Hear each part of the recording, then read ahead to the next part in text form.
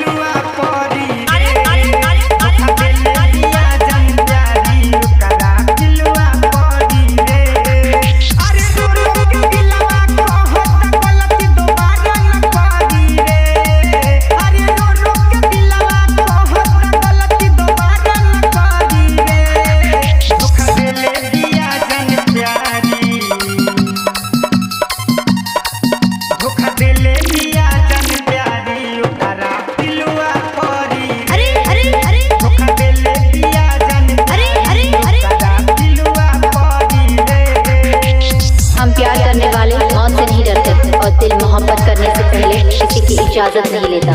DJ Sandeep राजनिकी तमकुड़ी राज Kushinagar.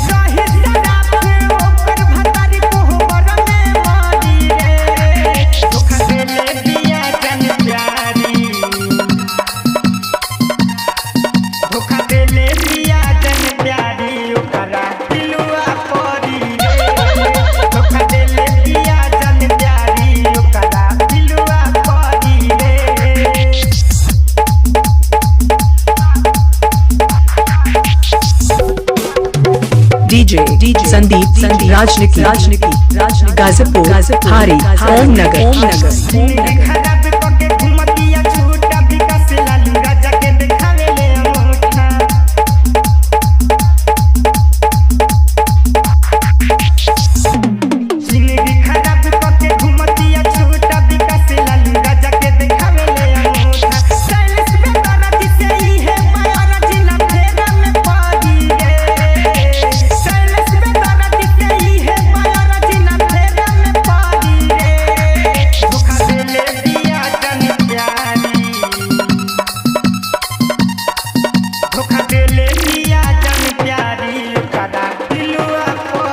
Mixing के लिए संपर्क करें। Mobile number 95 010 51 335।